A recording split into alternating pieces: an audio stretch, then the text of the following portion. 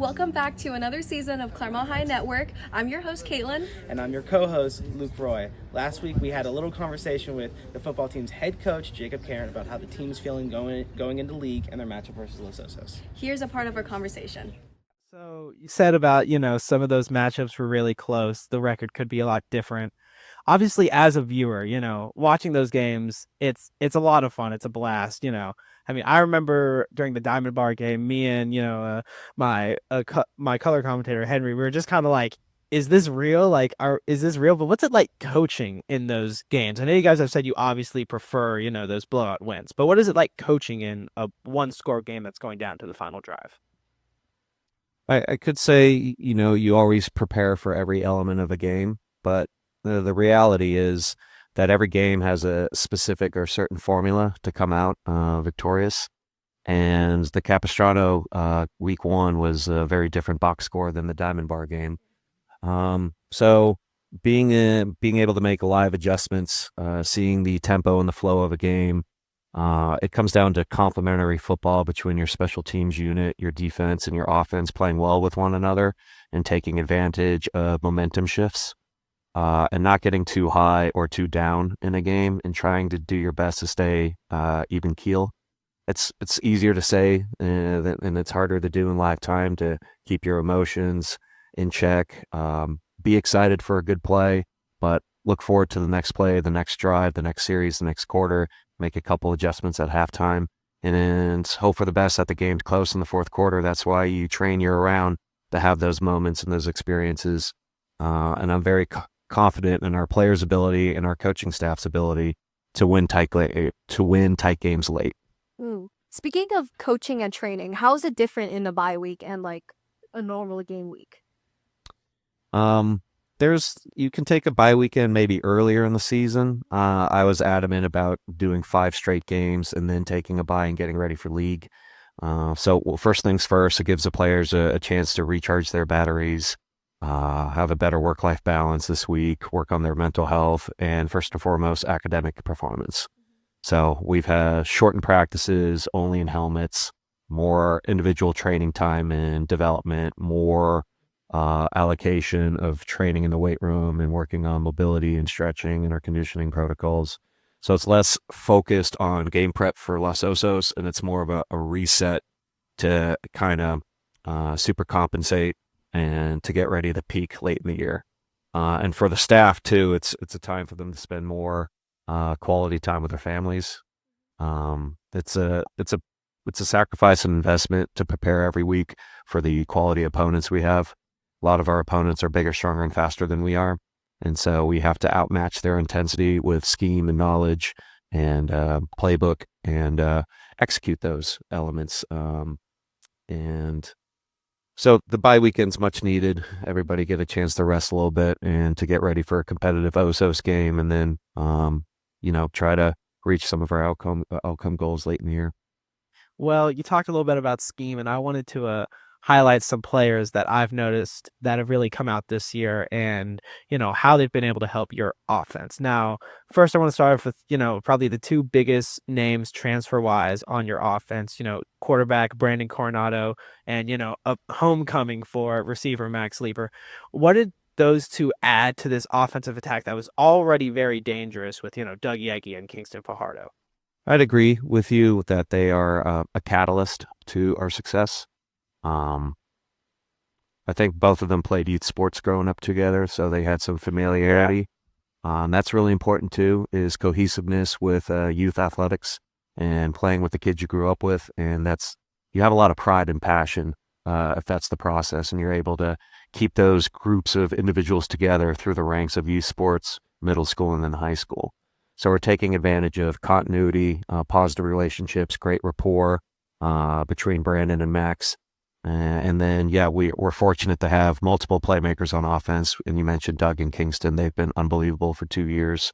And I think Ty Thompson and Gavin Marine and Luke LeBay also complement our receivers very well to bring more of a balanced approach offensively between our run, pass, RPO screens, changing the quarterback's launch point, not just going money pass protection and throwing the ball behind the center, but being able to be a little bit more diverse and dynamic because the quarterbacks skill set is very adaptive to be a quarterback intensive offense. So those were huge improvements that we were able to make as a staff and as a organized unit from last year. And I think some of our fans and our community are starting to see the formula coming to fruition on Friday nights.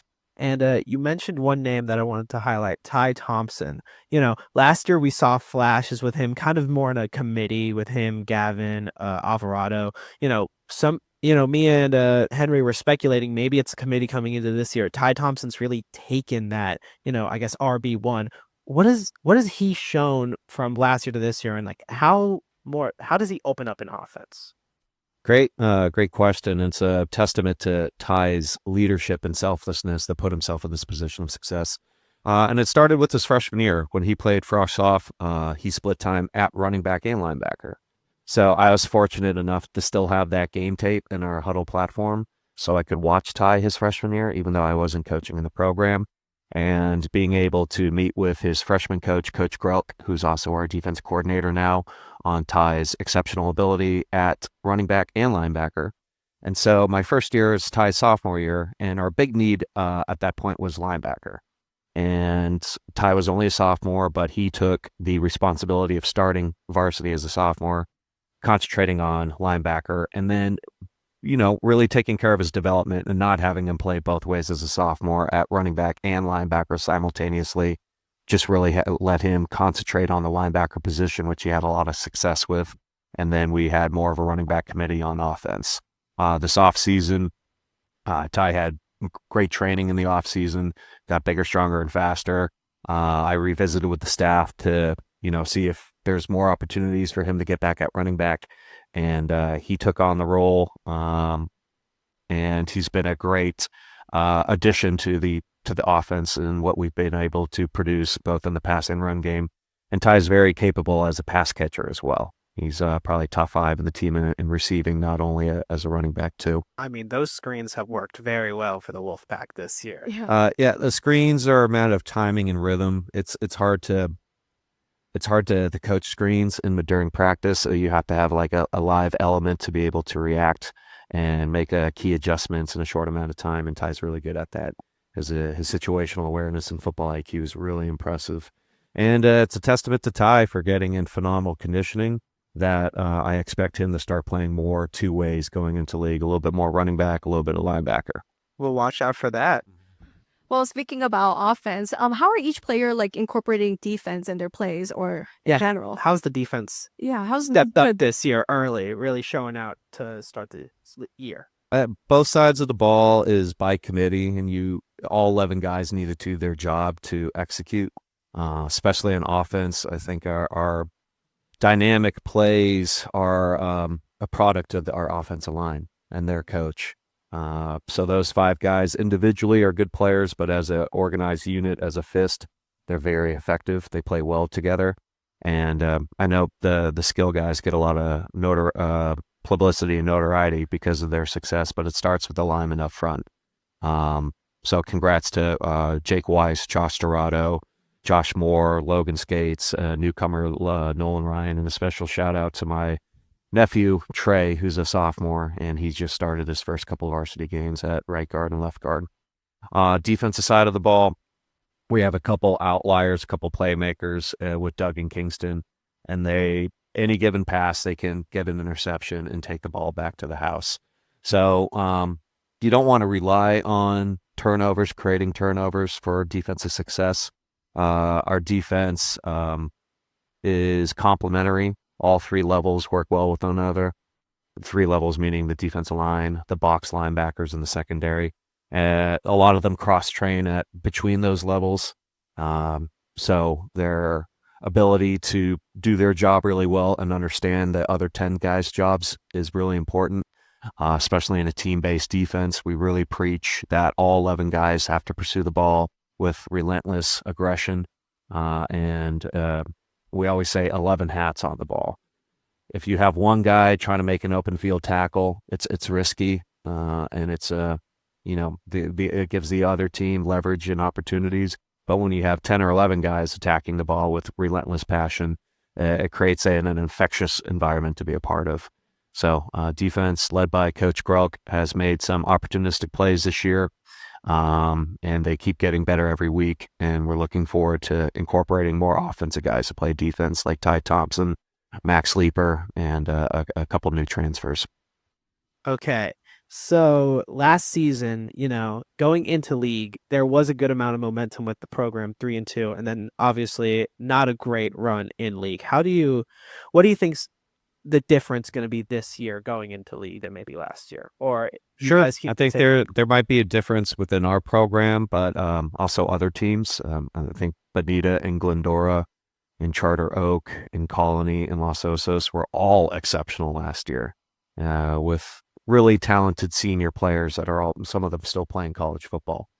So we don't take lightly how talented our opponents are in the CR League. And it's objective to, I think we might be in between Division 7 and Division 10 in CIF placement, if I had to guess. Most of the CR League teams are probably in the range between 3 and 6. So they're competitive, they're ranked high, they're well coached, and we do have to stay humble. Some of these teams have exceptional players, and they're balanced. So we learned a lot from last year, especially in my first year. So you do a lot of self-reflection on the off season. Where are your areas of concern? How do you improve upon that? And being honest with yourselves. And so on the offensive side of the ball, it was getting the run game going a little bit more, having more dynamic plays scripted at the right time. And then on the defensive side, it was trying to get good athletes on the field, maybe changing our structure from an odd defense to an even defense, and that changes what you can do in the secondary with coverages. So it's a testament to the coaching staff for being open-minded and being willing to change and learn. And nobody has an ego on the team, coaches or players alike, and there's a lot of room for positive growth. And so I think that's going to help us this year in league. Are we going to go 0-5? Or are we going to go 5-0? It's going to be exciting, but we're just going to worry about Los Osos for now because they're really talented and they're going to give us it all. And it's going to be, I think, a really fun environment at their home crowd to start the Sierra League with two long-term rivals. I think Claremont and Los Osos have had a rival for a long time, and so I expect this game to hopefully be close. And that's all you can ask for is a close game in the fourth. Yeah, you kind of answered my question. I was just about to ask you, what are the fans expected to see next week for our game against Los Osos? Good close game. Good post game, like a lot of our games are. They got some playmakers on offense. They do a good job with play calling. They keep you on your toes. I think we're also getting in rhythm with our offense as well. We're playing better every game. So it's going to come down to, I think, preparation, health, durability, making some adjustments in live time. And ultimately, in close games, when you look at stats or a box score, each team might have X amount of first downs. It's very similar between one team and another. You might have similar outcomes in total yards and turnovers, but it's going to be what team generated probably more big plays. We call those game-breaking plays, any plays over 20, 25 yards. And when you look at a drive chart and you start to circle those big plays, when it's a close game, typically the team that makes the least amount of mistakes with turnovers and has more game-breaking plays might have the leg up to finish the game. Well, that's about all we have for you today. Anything you want to tell to, the fans watching? Audience. Maybe a message to the community: if we're 5-0 or 0-5, this is a really special program. We do things for the right reasons. The kids love the game of football. Some of them might have NFL aspirations or dreams, but they really use the program as a springboard into career opportunities, whether it's college, entrepreneurship, work career. They're going to learn these character trait lessons that football provides for them and hopefully become better football players, better athletes, and most importantly, better people. So we're really grateful for some of the positiveness from the community given our record. But going forward, regardless of what the record is, our football team is comprised of great people, and we just want to make this community proud.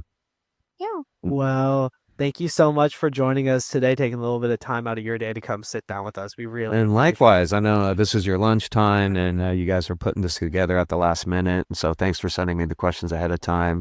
And you guys are doing a great job. I always get compliments of our YouTube stream.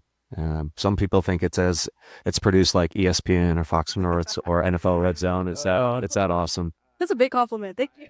I'll take that to heart. Yeah, well deserved, and especially with Frank Ramirez too. The time he puts into this doesn't go unnoticed, and the kid's exposure just creates this type of awesome environment and creates new opportunities for a lot of us. Oh yeah, I mean, we've gone at the Kaiser game.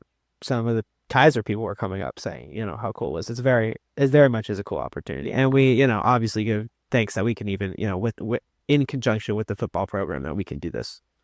But that's about all we have for you today, Caron. We want to thank all of you for tuning in. Again, thanks for sitting down with us. We hope you all have a great rest of your day. Don't forget, Claremont football is back next weekend versus Lothos. So make sure to go it's to an the away game. game, so go over there and go check us out. And, Yeah, they got a great setup over there. It's going to be a fun night.